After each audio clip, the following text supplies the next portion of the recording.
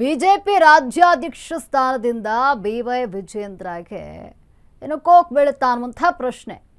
ಯಡಿಯೂರಪ್ಪ ಕುಟುಂಬಕ್ಕೆ ಮೋದಿ ಅಮಿತ್ ಶಾ ಶಾಕ್ ಅನ್ನು ನೀಡಿದ್ರ ಬದಲಾಗುತ್ತಾ ಏನು ಬಿಜೆಪಿ ರಾಜ್ಯಾಧ್ಯಕ್ಷ ಸ್ಥಾನ? ಸಹಜವಾಗಿಯೇ ಇದು ಪ್ರಶ್ನೆ ಮೂಡುವಂಥದ್ದು. ಯಾಕಂದ್ರೆ ಬಿಜೆಪಿಯಲ್ಲಿ ಸಾಕಷ್ಟು ವೈಮನಸ್ಸಿತ್ತು ರಾಜ್ಯಾಧ್ಯಕ್ಷ ಸ್ಥಾನದ ವಿಚಾರವಾಗಿಯೇ.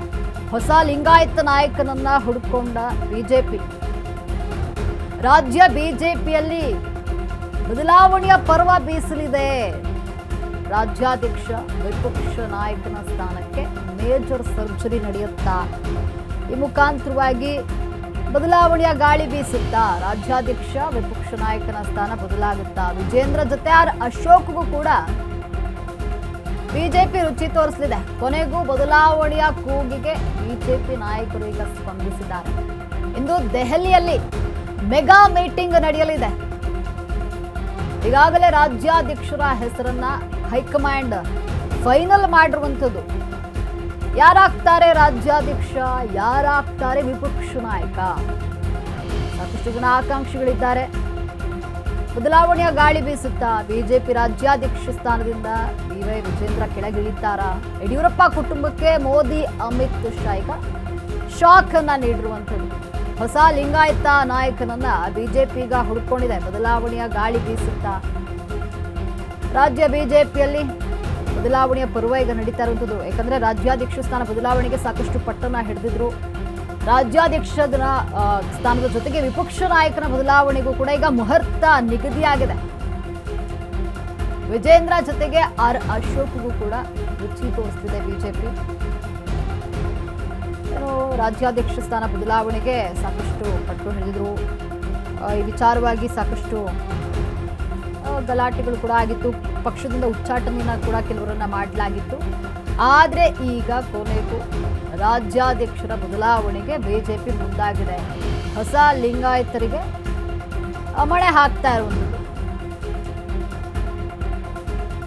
ಇನ್ನು ರಾಜ್ಯ ಬಿಜೆಪಿಯಲ್ಲಿ ಈಗ ಬದಲಾವಣೆಯ ಪರ್ವ ಆರಂಭವಾಗಿದೆ. ರಾಜ್ಯದ ಬಿಜೆಪಿ ರಾಜ್ಯಾಧ್ಯಕ್ಷ ವಿಪಕ್ಷ ನಾಯಕ ಬದಲಾವಣೆಗೆ ಮುಹೂರ್ತ ಫಿಕ್ಸ್ ಆಗಿದೆ. ಇಂದು ಮೀಟಿಂಗ್ ನಡೆಯುತ್ತೆ.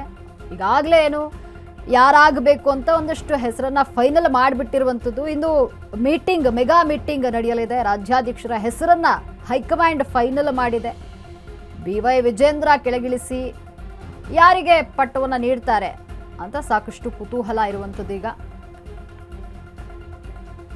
ಯಡಿಯೂರಪ್ಪ ಕುಟುಂಬಕ್ಕೆ ಮೋದಿ ಅಮಿತ್ ಶಾ ಈಗ ಶಾಕ್ ಅನ್ನ ನೀಡ್ತಾ ಇರುವಂಥದ್ದು. ಹೊಸ ಲಿಂಗಾಯತ ನಾಯಕರನ್ನ ಈಗ ಬಿಜೆಪಿ ಹುಡುಕೊಂಡಿದೆ.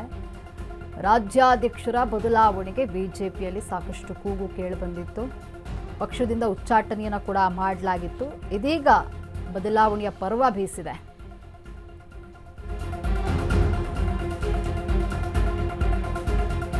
ಇನ್ನು ಕೇಂದ್ರ ಸಚಿವ ವಿ ಸೋಮಣ್ಣಗೆ ರಾಜ್ಯಾಧ್ಯಕ್ಷ ಪಟ್ಟ ಫಿಕ್ಸ್. ಸಂಸದ ವಿ ಸೋಮಣ್ಣಗೆ ಬಿಜೆಪಿ ರಾಜ್ಯಾಧ್ಯಕ್ಷ ಪಟ್ಟವನ್ನ ಕೊಡುವಂತಹ ಸಾಧ್ಯತೆ ಇದೆ.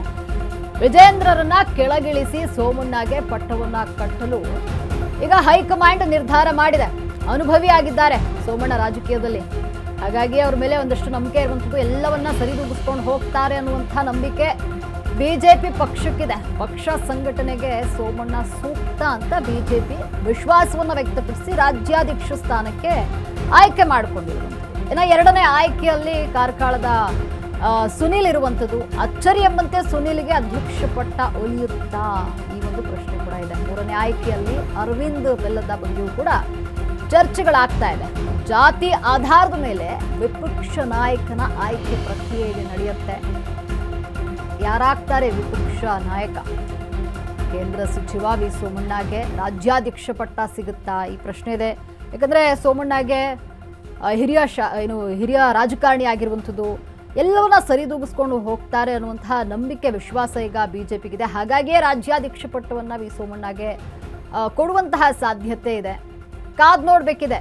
ಏನು ವಿಪಕ್ಷ ನಾಯಕ ಯಾರಾಗ್ತಾರೆ, ರಾಜ್ಯಾಧ್ಯಕ್ಷ ಯಾರಾಗ್ತಾರೆ ಅನ್ನುವಂಥದ್ದನ್ನ ನಾವು ಕಾದು ನೋಡ್ಬೇಕಿದೆ.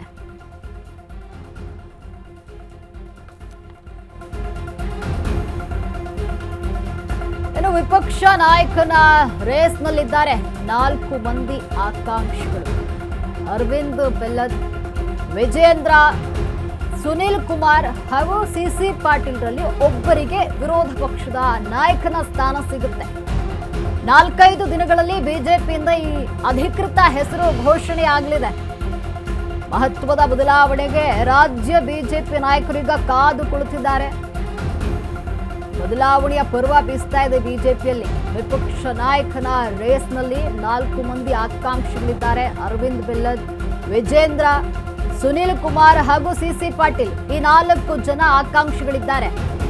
ಇವರಲ್ಲಿ ಒಬ್ಬರಿಗೆ ವಿರೋಧ ಪಕ್ಷದ ನಾಯಕನ ಸ್ಥಾನ ಸಿಗುವಂಥದ್ದು 4-5 ದಿನಗಳಲ್ಲಿ ಬಿಜೆಪಿಯಿಂದ ಫೈನಲ್ ಮಾಡುವಂಥದ್ದು. ಹೆಸರನ್ನ ಯಾರಾಗ್ತಾರೆ ಕಾದು ನೋಡಬೇಕಿದೆ. ವಿರೋಧ ಪಕ್ಷದ ನಾಯಕ ಈ 4 ಜನರಲ್ಲಿ ಯಾರಿಗೆ ಹೈಕಮಾಂಡ್ ಮಣೆ ಹಾಕುತ್ತೆ ಅನ್ನುವಂಥದ್ದನ್ನ ಕಾದು ನೋಡಬೇಕಿದೆ.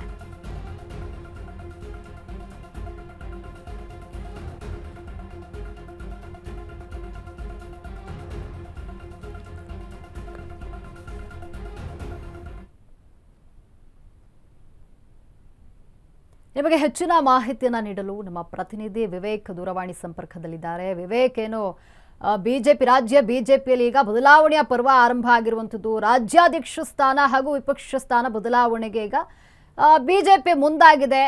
ಸಾಕಷ್ಟು ಜನ ಆಕಾಂಕ್ಷಿಗಳಿದ್ದಾರೆ. ಯಾರಾಗ್ತಾರೆ ಏನು ವಿರೋಧ ಪಕ್ಷದ ನಾಯಕ ಹಾಗೂ ರಾಜ್ಯಾಧ್ಯಕ್ಷ ಅನ್ನುವಂಥ ಪ್ರಶ್ನೆ ಸಹಜವಾಗಿದೆ. ಈ ಬಗ್ಗೆ ಹೆಚ್ಚಿನ ಮಾಹಿತಿ ಏನಿದೆ?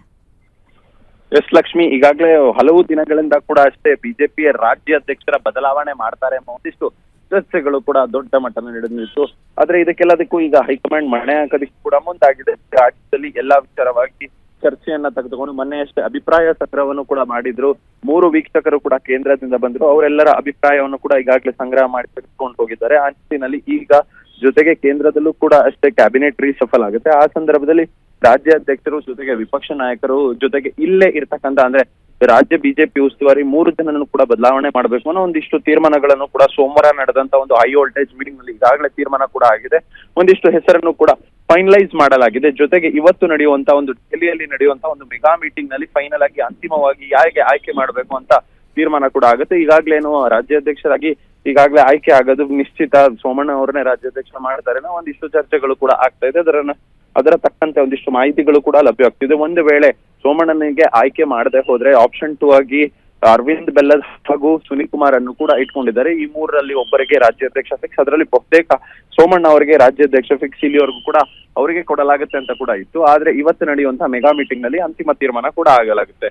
ಜೊತೆಗೆ ಈ ರಾಜ್ಯಾಧ್ಯಕ್ಷ ಯಾರಿಗೆ ಕೊಡ್ತಾರೆ ಆ ಜಾತಿ ಆಧಾರದ ಮೇಲೆ ಆ ಕಾಂಬಿನೇಷನ್ ಮೇಲೆ ನೋಡ್ಕೊಂಡು ವಿಪಕ್ಷ ನಾಯಕರನ್ನು ಕೂಡ ಆಯ್ಕೆ ಮಾಡ್ತಾರೆ. ಸದ್ಯದ ಮಟ್ಟಿಗೆ 4 ಜನ ವಿಪಕ್ಷ ನಾಯಕ ಸ್ಥಾನದ ರೇಸ್ ನಲ್ಲೂ ಕೂಡ ಇದ್ದಾರೆ. ರಾಜ್ಯಾಧ್ಯಕ್ಷರು ಯಾರು ಆಯ್ಕೆ ಆಗ್ತಾರೆ ಆ ಜಾತಿಯ ಕಾಂಬಿನೇಷನ್ ಮೇಲೆ ತಕ್ಕ ಜಾತಿಗೆ ವಿಪಕ್ಷ ನಾಯಕರ ಆಯ್ಕೆ ಕೂಡ ಆಗುತ್ತೆ. ಈ ಪ್ರಕ್ರಿಯೆಗಳು ಕೂಡ ಎಲ್ಲವೂ ಕೂಡ ಈ ವಾರದ ಅಂತ್ಯ ಅಥವಾ ಮುಂದಿನ ವಾರದ ಮೊದಲನೇ ವಾರದ 2-3 ದಿನಗಳಲ್ಲಿ ಆಗಬಹುದು. ಯಾವಾಗಾದ್ರೂ ಈ ನಿರ್ಣಯ ಆಗ್ಬಹುದು, ಯಾವಾಗಾದ್ರೂ ಘೋಷಣೆ ಆಗ್ಬಹುದು ಹೈಕಮಾಂಡ್ ನಿಂದ ಅನ್ನೋದಿಷ್ಟು ಚರ್ಚೆಗಳು, ಅಪ್ಡೇಟ್ಗಳು ದೆಹಲಿಯಿಂದ ಕೂಡ ಲಭ್ಯವಾಗ್ತಿದೆ. ಲಕ್ಷ್ಮಿ, ಧನ್ಯವಾದ ನಿಮ್ಮೆಲ್ಲ ಮಾಹಿತಿ.